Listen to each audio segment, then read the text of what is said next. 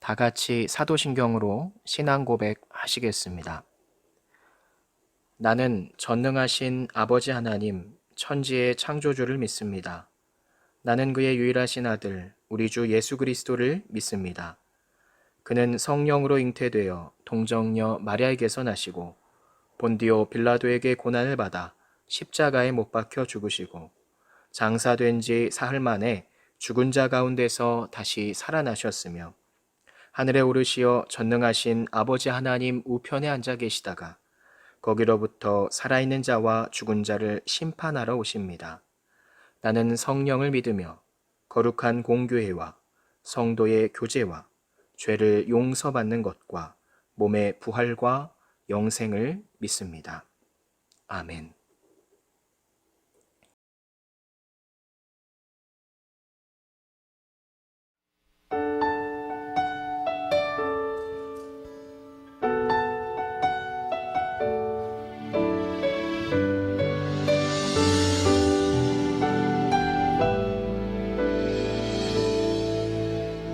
고단한 인생길 힘겨운 오늘도 예수 내 마음 아시네. 지나간 아픔도 마주할 세상도 예수 내 마음 아시네. 고단한 인생길 힘겨운 오늘도 예수 내 마음 아시네. 지나간 아픔도 마주할 세상도 예수 내 마음 아시네. 믿음의 눈 들어 주를 보니 이 또한 지나가리라. 주어진 내 삶의 시간 속에 주의 뜻 알게 하소서.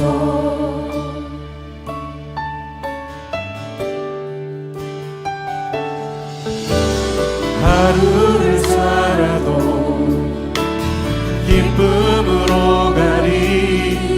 예수 늘 함께 하시네. 후회도 염려도 멍청이 맡기니. 예수 늘 함께 하시네.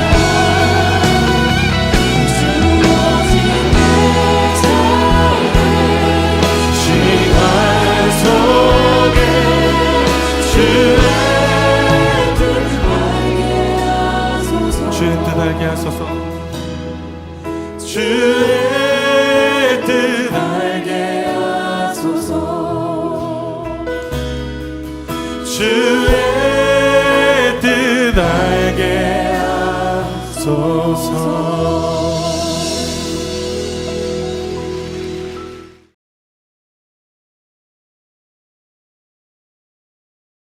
명절 끝날 곧 큰 날에 예수께서 서서 외쳐 이르시되 누구든지 목마르거든 내게로 와서 마시라. 나를 믿는 자는 성경의 이름과 같이 그 배에서 생수의 강이 흘러나오리라. 이는 그를 믿는 자들이 받을 성령을 가리켜 말씀하신 것이라. 예수께서 아직 영광을 받지 않으셨으므로 성령이 아직 그들에게 계시지 아니하시더라.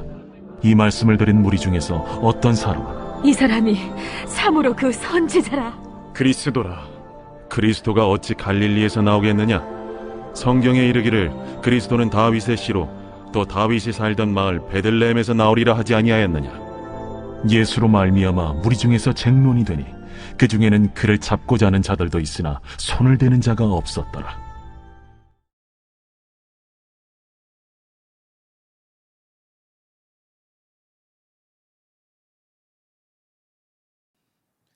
네, 오늘 우리가 함께 나눌 말씀은 요한복음 7장 37절에서 44절까지의 말씀입니다.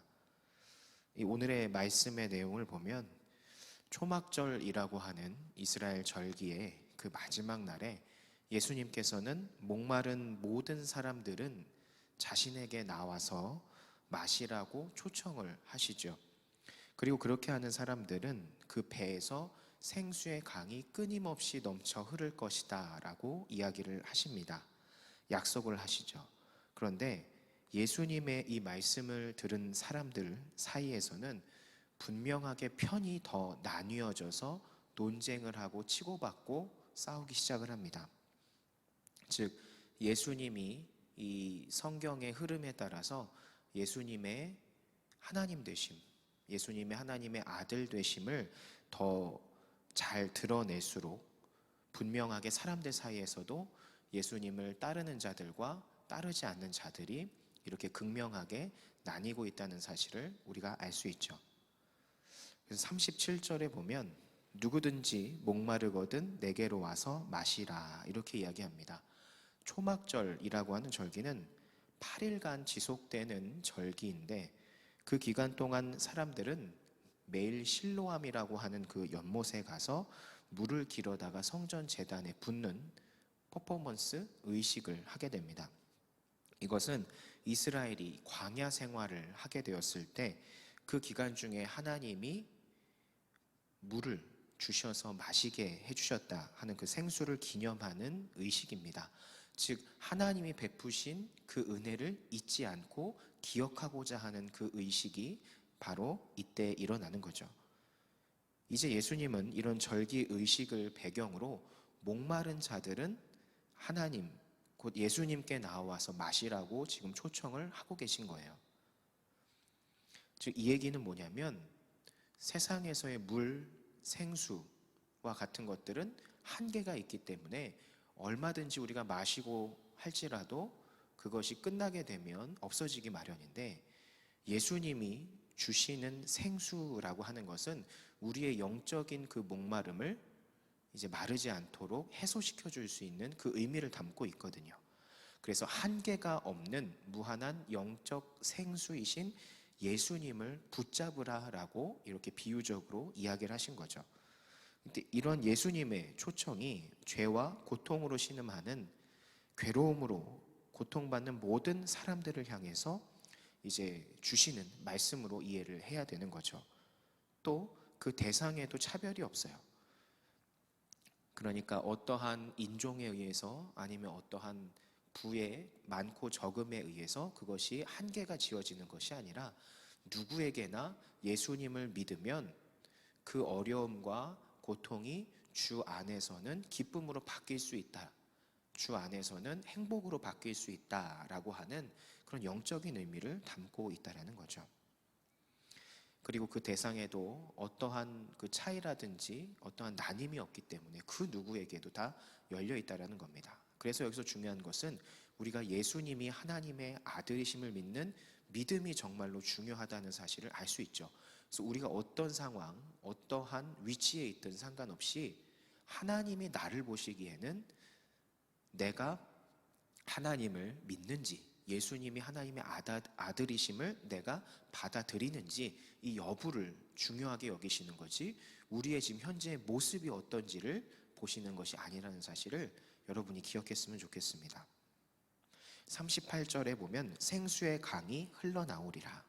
그러니까 이 말씀은 당연히 영적으로 해석을 해야겠죠. 인간의 몸에서 생수가 막 뿜어져 나온다는 것은 사실 이제 말이 안 되는 표현이잖아요. 그러니까 이것은 비유인 것이고 영적인 의미로 해석을 해야 하는 건데, 그러니까 이 말은 영적으로 비유적인 건데, 이거는 성령의 충만하신 임재를 통해 이루어지는 것이다라고 이야기를 할 수 있어요. 그러니까 성령이 우리 안에 거하시게 되고 성령이 우리 안에 충만하게 가득하게 되면 어떤 일이 일어나면 어려움 속에서도 오히려 기쁨이 넘치고 희망이 넘치는 긍정적인 삶을 살아가게 된다는 거예요. 그러니까 내가 비록 어렵지만 성령님이 주시는 기쁨, 나는 지금 현실적으로는 부족하지만 나는 영적으로 너무 풍족하고 또 하나님이 내게 만족감을 주시기 때문에 지금 이 상황에서 내가 좌절하지 않고 오히려 기쁨으로 긍정적으로 살아갈 수 있다는 힘을 주는 근원이 바로 성령 충만해서 나타난다라고 하는 것을 우리가 그렇게 이해할 수 있어야 하는 겁니다. 그래서 예수님을 믿는 사람에게, 예수님을 참으로 믿는 사람에게 이 성령의 충만이 임하게 된다 하는 건데, 그 예수님을 믿어서 성령이 충만한 그 사람의 삶에는 메마름이라든지 각박함과 같은 그런 삶 대신에 성령님이 허락하시는 풍부한 열매, 그리고 기쁨과 긍정적임이 넘치는 그런 삶을 살게 될 것이다 라고 하는 말씀이 된다는 겁니다. 즉 성령 충만을 여러분이 구해야 되고 기도해야 되고 갈망해야 되는 이유가 뭐냐면, 여러분들이 살다 보면은 좌절하는 경우가 생기고 내 처한 현실에 대해서 비관하게 될 수가 있어요. 왜 남들은 저렇게 앞서가는데 나는 왜 저러지 못하지? 왜 나는 하나님을 믿는다고 하는데 왜 나에겐 좋은 일이 생기지 않지?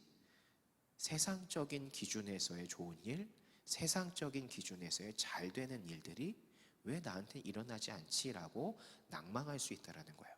그런데 그러한 굴곡진 삶은 그리스도인에게 언제든지 일어날 수 있는 겁니다. 중요한 것은 그 어떠한 상황 가운데서도 내가 하나님 안에서 정말 기뻐할 수 있는지, 하나님을 정말 늘 동일하게 예배할 수 있는지, 이것이 중요한 거예요. 그런데 이것을 가능하게 해주는 것이 바로 성령 충만이라는 거예요. 성령이 내 안에 임하시게 되면 내 안에 기쁨이 정말로 막 넘쳐요. 내 안에 하나님을 더 예배하기 원하고 내 상황이 어렵지만 그것이 신경 쓰이지 않아요. 오히려 이것이 나에게 훈련이고 이것을 통해서 하나님이 나에게 더 좋은 것을 주실 것이야 라고 하는 긍정적인 마음이 내 마음에서 막 솟아난다라는 거예요.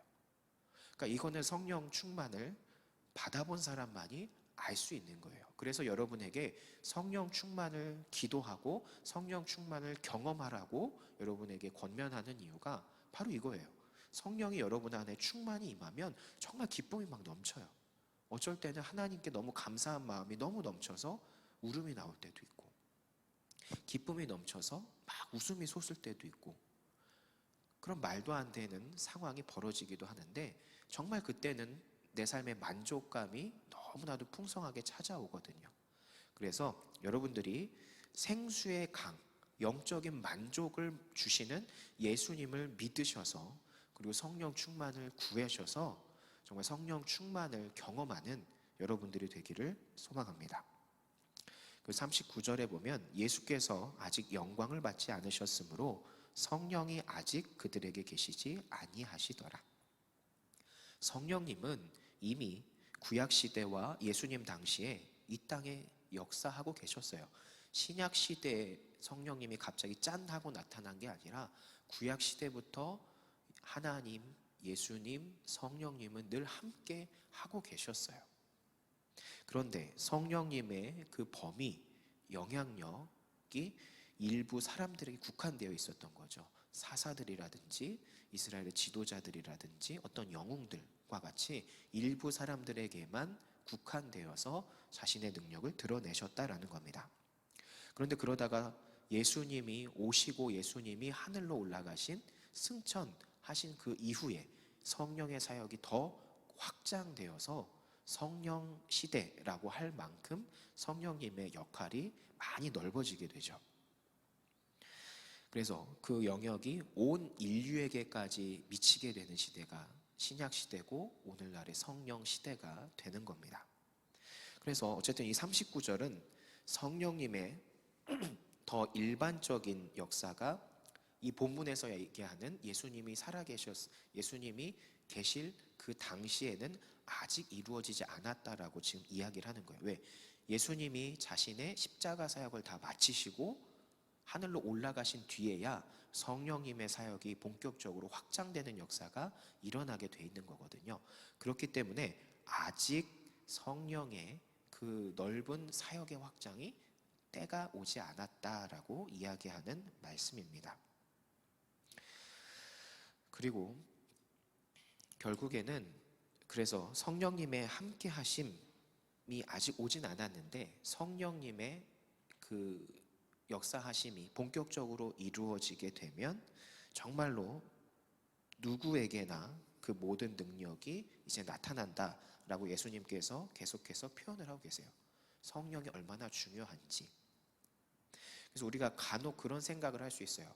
나에게 성령 충만이 아직 일어나지 않았고 성령이 어떻게 나에게 작용을 하는지 내가 아직 경험을 못 해봐서 성령이라고 하는 것은 뭔가 좀 특별한 사람들에게 일어나나 보다. 뭔가 나와는 다른 특별한 것을 가진 이에게만 나타나나 보다 생각할 수 있어요. 그런데 그것이 아니에요. 성령의 사역이 구약시대에는 일부 사람들에게 국한되어 있었다고 하지만 신약시대 예수님의 승천하신 그 이후에는 온 인류에게 그것이 적용이 돼요. 즉 그 말은 오늘날 여기 있는 그리고 여러분들 모두에게 그 성령의 역사가 일어날 수 있다라는 거예요. 그런데 그 일이 일어나려면 여러분이 예수님을 믿어야 하고 예수님의 하나님이 살아계심 그리고 하나님이 그 능력을 갖고 계시다는 사실 여러분이 믿어야 그리고 성령을 기도해야 여러분이 얻을 수 있는 겁니다. 그렇기 때문에 해보지도 않고 포기하지 말고 성령의 임재하심, 나와 함께 하심을 여러분이 적극적으로 기도해서 그것을 얻어내시기를 축복을 합니다. 43절에 보면 예수로 말미암아 무리 중에서 쟁론이 되니 요한복음에서 계속해서 확인이 되는 게 뭐냐면 예수님의 말씀이 깊어질수록 사람들 사이에 나눔의 현상이 더 심화되고 있다는 거예요. 그러니까 믿지 않는 자들과 믿는 자들의 구분이 더 확실해졌다라는 거죠. 뭐 할수록 예수님의 사역이 더 확실해질수록, 즉 예수님이 더 드러날수록 예수를 믿는 자와 믿지 않는 자의 나눔이 더 심각해진다라고 하는 겁니다. 그러니까 이런 의미에서 예수님은 세상에 화평만을 주러 오신 것이 아니라 오히려 검을 주러 오셨다라고 말을 하는 겁니다. 성경에서.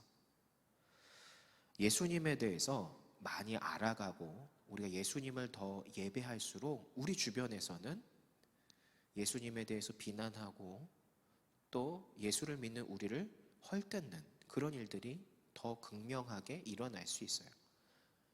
그러니까 이 얘기는 뭐냐면 예수님께서는 검을 주러 오셨다라고 한다는 것은 그들과 싸우라 하는 것이 아니라 예수님을 더 선명하게 내가 알아가고 예수님의 향기를 내가 더 분명하게 드러낼수록 세상은 나를 향해 공격을 하게 된다는 거예요. 왜? 우리가 예수를 믿게 되면 사단이 가만히 있을까요? 아니겠죠. 오히려 우리를 방해해서 어떠한 나락으로 떨어뜨리려고 하겠죠. 그렇기 때문에 우리에게 공격이 계속해서 들어오는 거예요. 근데 그렇다고 해서 그들과 무조건 맞서 싸우라는 것이 아닙니다. 그 가운데에서 내 신앙, 내가 하나님을 예배하는 것은 지켜내라고 하는 의미가 담겨 있는 겁니다.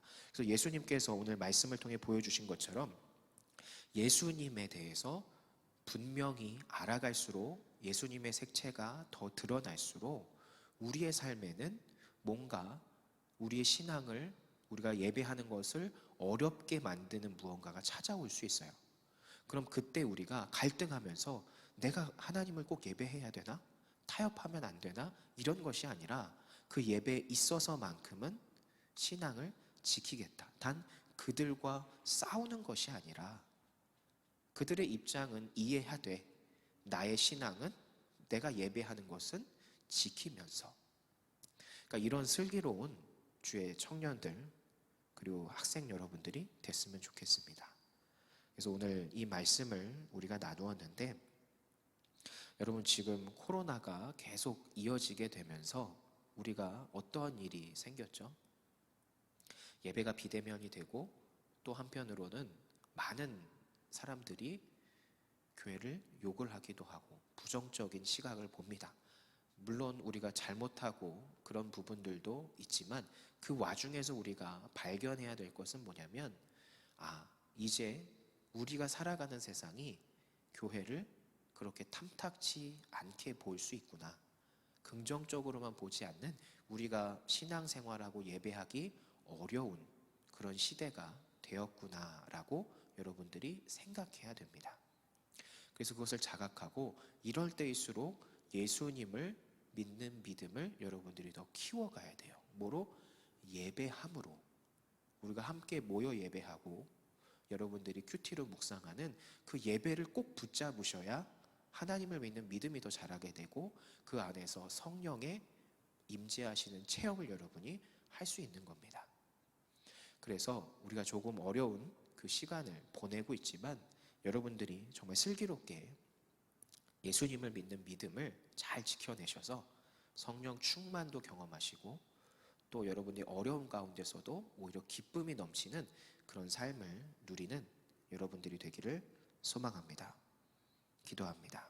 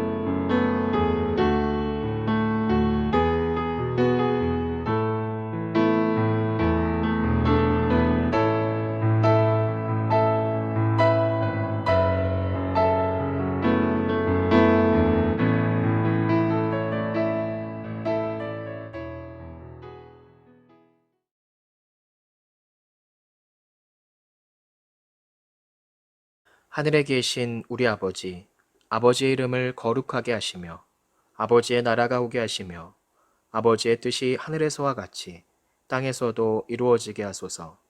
오늘 우리에게 일용할 양식을 주시고 우리가 우리에게 잘못한 사람을 용서하여 준 것 같이 우리 죄를 용서하여 주시고 우리를 시험에 빠지지 않게 하시고 악에서 구하소서. 나라와 권능과 영광이 영원히 아버지의 것입니다. 아멘.